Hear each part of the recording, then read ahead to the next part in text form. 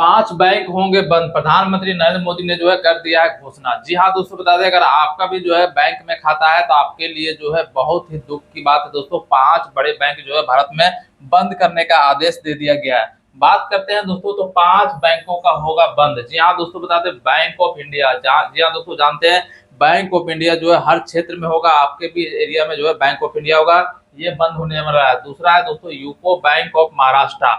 UCO bank of Maharashtra जो है पूरे हर क्षेत्र में, ये भी है पूरे भारत में हर जगह ब्रांच है, ये भी बंद होने वाला है। तीसरा बैंक है सेंट्रल बैंक ऑफ इंडिया। इस बैंक का भी जो है चूना लग गया है, इसका भी बंद होने का समय आ चुका है। चौथा बैंक है पंजाब एंड सिंध बैंक। ये पंजाब में तो है ही है, लेकिन हर जगह में जो है पंजाब के साथ ही साथ पूरे भारत में भी जो है इनका ब्रांच है, ये भी बंद हो रहा है। और पांचवा बैंक है दोस्तों इंडियन ओवरसीज बैंक। ये भी बैंक जो है गया पानी में, मतलब बंद। अब आपका सवाल ये आता होगा दोस्तों कि ये पांचों बैंक में किसी ना किसी बैंक में आपका खाता होगा, तो आपका खाते का क्या होगा और आपका जो पैसा अकाउंट में जमा है उसका क्या होगा।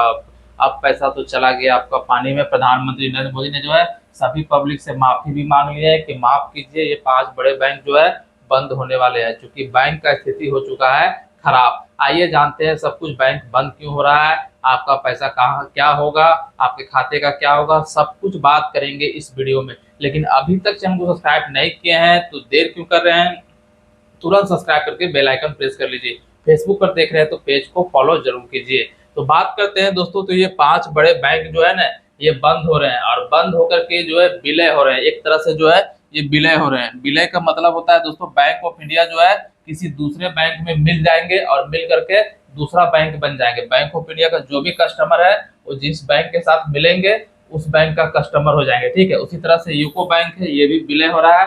तो विलय जिस बैंक के साथ होगा उसका कस्टमर आप बन जाएंगे, आपका जो पैसा है उस बैंक में चला जाएगा, खाता चेंज हो जाएगा और आप उसका कस्टमर हो जाएंगे, लेकिन आपका पैसा का कुछ नहीं होगा, सुरक्षित रहेगा। लेकिन क्या करना होगा आपको इस वीडियो में ध्यान से देखिएगा, सब कुछ बताएंगे करना क्या होगा। उसी तरह से सेंट्रल बैंक है, ये भी बैंक का जो है विलय किसी दूसरे बैंक में हो रहा है, तो सारे कस्टमर सेंट्रल बैंक वाला उस बैंक में चले जाएंगे। आइए पूरा डिटेल में समझते हैं कि विलय होता क्यों है ना, कारण क्या है।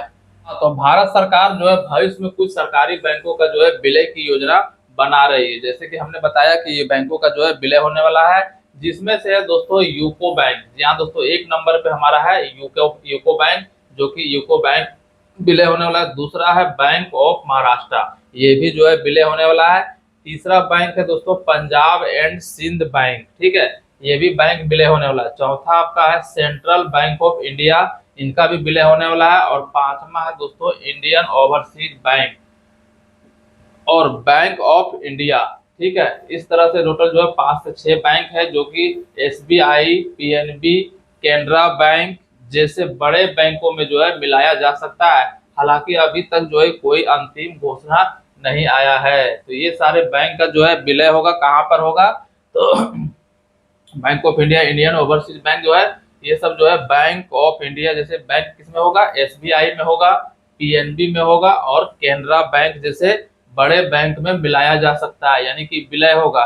ये जो 5 बैंक आपको जो देख रहे हैं ना, जो 5 बैंक हमने बताया जो बंद हो रहा है, ये 5 बैंक जो है जाकर के 3 बैंक में मिल जाएंगे। पहला में जो है एसबीआई है, एसबीआई में मिलेंगे।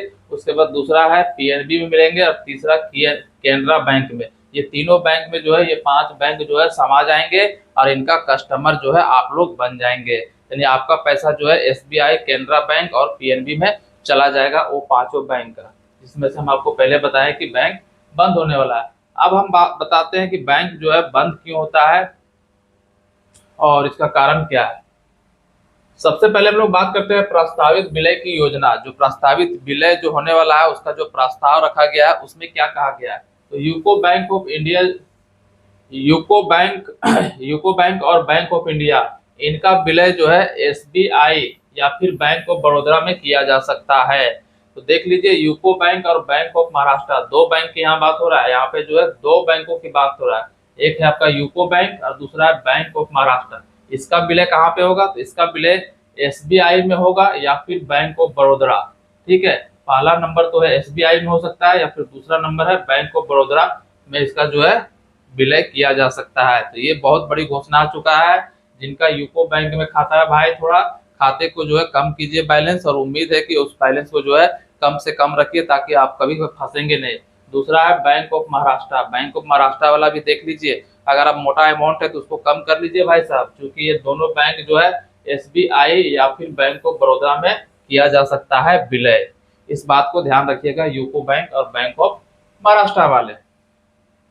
आइए दूसरे बैंकों की हम लोग बात करते हैं दोस्तों, तो Punjab and Sind Bank. Punjab and Sind Bank जो है पंजाब में तो है ही है, ठीक है, पंजाब में तो है ही है, लेकिन पूरे भारत में जो है फैला हुआ है। पंजाब एंड सिंध बैंक, इसका विलय एसबीआई में हो सकता है। इसका विलय भी कहाँ पर हो रहा है, तो एसबीआई में हो रहा है, ठीक है। यानी कि भारत की सबसे बड़ी बैंक तो एसबीआई है ही है, लेकिन अगर और विलय होकर के और भी बैंक इस पे मिलेंगे तो और बड़ा बैंक बन जाएगा, भारत के बनेगा ही बनेगा, पूरे जो है विश्व का सबसे बड़ा बैंक बन जाएगा एसबीआई। तो जो है पंजाब एंड सिंध बैंक का भी जो है विलय एसबीआई में हो सकता है। अगला तीसरा दोस्तों सेंट्रल बैंक ऑफ इंडिया। तो सेंट्रल बैंक ऑफ इंडिया किस पर विलय होगा, तो इसका विलय जो है बैंक ऑफ बड़ौदा पे हो सकता है या फिर पीएनबी में हो सकता है, ठीक है। दो ऑप्शन है, पीएनबी या फिर बैंक ऑफ बड़ौदा। तो सेंट्रल बैंक में जिनका खाता है उनको ध्यान दीजिएगा दोस्तों, आप अपना बैलेंस को कम कर लीजिए, कहीं ऐसा ना हो अचानक बंद हो जाए और आपको एक लिमिट लगा दिया जाए कि आप 50,000 से ज्यादा पैसा नहीं निकाल सकते हैं, इसलिए ध्यान रखिएगा। तो bank of central bank of India ध्यान दीजिएगा, इनका विलय जो है बैंक ऑफ बड़ौदा या फिर पीएनबी, दो ऑप्शन है, दोनों में किसी में भी जो है इसका विलय हो सकता है, इस बात का ध्यान रखिएगा। दो ऑप्शन इन्होंने दे दिया है विलय के लिए। आइए अगला बैंक की बात करते हैं दोस्तों, तो अगला बैंक है इंडियन ओवरसीज बैंक। तो इंडियन ओवरसीज बैंक का विलय किस में होगा, तो इसका विलय जो है पीएनबी में हो सकता है, ठीक है। इसका विलय कहाँ होगा, पीएनबी में। इंडियन ओवरसीज बैंक जिनका भी खाता है दोस्तों ध्यान दीजिएगा, आप कस्टमर बनने वाले हैं पीएनबी, पंजाब नेशनल बैंक, ठीक है, पीएनबी। इसका मतलब होता है पंजाब नेशनल बैंक। तो पंजाब नेशनल बैंक का जो है कस्टमर आप कुछ दिन के बाद बनने वाले हैं, क्योंकि आपका खाता इंडियन ओवरसीज बैंक से चला जाएगा, इसमें पीएनबी में चला जाएगा, क्योंकि बैंक जो है मिल करके बन जा रहा है, आपका बैंक मिल करके बन रहा है पीएनबी, पंजाब नेशनल बैंक बन जाएगा, ठीक है। चलिए अगला बात करते हैं बैंक ऑफ इंडिया। भारत की ये भी बहुत बड़ी बैंक है बैंक ऑफ इंडिया। इसका विलय जो है केनरा बैंक या फिर पीएनबी में हो सकता है, ठीक है। दो ऑप्शन इसके पास है। बैंक ऑफ इंडिया वाले कस्टमर ध्यान दीजिएगा, आप जो है केनरा बैंक के कस्टमर बहुत जल्द बनेंगे या फिर पीएनबी पंजाब नेशनल बैंक का कस्टमर बहुत जल्द आप बनने जा रहे हैं, इस बात का ध्यान रखिएगा। तो ये दो ऑप्शन आपके पास है बैंक ऑफ इंडिया वाले कस्टमर को, कि आप या तो फिर केनरा बैंक में जाएंगे या फिर पीएनबी में चले जाएंगे। चलिए आगे बात करते हैं दोस्तों, तो हाल ही में जो है कुछ बैंक विलय हुआ था उसके बारे में जान लेते हैं। तो बात करते हैं 2020 में भी इसी तरह से कुछ बैंकों को जो है विलय करके जो है बड़े बैंक बनाए गए थे। तो कौन कौन से बैंक विलय किस में हुए थे, आइए पहले जान लेते हैं, फिर आगे बताएंगे कि आप जो है बैंक विलय क्यों होता है, इस तरह का नौबत क्यों आता है। तो सबसे पहले बात करते हैं हालिया विलय जो 2020 में प्रभावी हुआ था, उसमें हम लोग जान लेते हैं। तो पंजाब नेशनल बैंक का विलय हुआ था दोस्तों, किसमें हुआ था, ओरिएंटल बैंक ऑफ कॉमर्स और यूनाइटेड बैंक ऑफ इंडिया का विलय जो है पंजाब नेशनल बैंक में हुआ था। यानी कि जो है पंजाब नेशनल बैंक जो बना था वो दो बैंक से मिलकर बना था। पहला बैंक था ओरिएंटल बैंक ऑफ कॉमर्स और दूसरा था यूनाइटेड बैंक ऑफ इंडिया। ये दोनों बैंक जो है बंद हो गया, ये दोनों बैंक बंद हो गया था 2020 में, और उसके बाद आया Punjab national bank. Punjab national bank तो पहले से था ही था, लेकिन ये दोनों बैंक भी बंद करके इसमें विलय हो गया पंजाब नेशनल बैंक में। तो पंजाब नेशनल बैंक का जो है पूंजी भी बढ़ गया, ताकतवर भी हो गया और पूरे ब्रांच भी जो है पूरे भारत में फैला दिया, क्योंकि दो दो बैंक का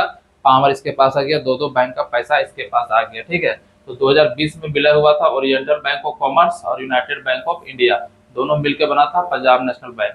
आगे बात करते हैं कैनरा बैंक। कैनरा बैंक में जो विलय हुआ था वो हुआ था सिंडिकेट बैंक का विलय कैनरा बैंक में हुआ था, ठीक है। तो सिंडिकेट बैंक जो है 2020 में बंद हो गया, इसके पहले सिंडिकेट बैंक था। ये सिंडिकेट बैंक जो है कहाँ चला गया, तो कैनरा बैंक में विलय हो गया, ठीक है। सिंडिकेट बैंक वाला कस्टमर जो है यहाँ वाला कस्टमर यहाँ चला गया, यानी कैनरा बैंक में चला गया, कब, 2020 में ही चला गया। तो इस तरह से बैंकों का जो है विलय हुआ था 2020 में। अगला बैंक है दोस्तों यूनियन बैंक ऑफ इंडिया में विलय हुआ था आंध्रा बैंक और कॉरपोरेशन बैंक का विलय किसमें हुआ था, यूनियन बैंक ऑफ इंडिया में। तो यूनियन बैंक ऑफ इंडिया जो है ये भी मजबूत बैंक है, ठीक है। और ये बैंक जो है आंध्रा बैंक और आपका जो है कारपोरेशन बैंक, ये दोनों बैंक जो है विलय हुआ था 2020 में और चला गया था इंडियन बैंक में सारा कस्टमर और सारा पैसा। चलिए आगे बात करते हैं। इंडियन बैंक में विलय हुआ था इलाहाबाद बैंक, विलय इंडियन बैंक में हुआ था, अभी हाल ही में हुआ था दोस्तों, 2020 में ही हुआ था, जैसे कि डेट बताया जा रहा है। तो इंडियन बैंक में जो है आपको पता होगा कि इंडियन बैंक जो है पहले क्या था, इलाहाबाद बैंक था, ठीक है। इलाहाबाद बैंक को पूरी तरह से बंद कर दिया गया है और इंडियन बैंक में विलय हो गया, यानी इलाहाबाद बैंक का जितना कस्टमर था सब इंडियन बैंक में आ गया है। इस बात को आप लोग जानते होंगे। तो इस तरह से जो है बैंकों का विलय होता है। अब हम लोग बात करते हैं कि आखिर बैंक जो है बंद होते तो होते क्यों।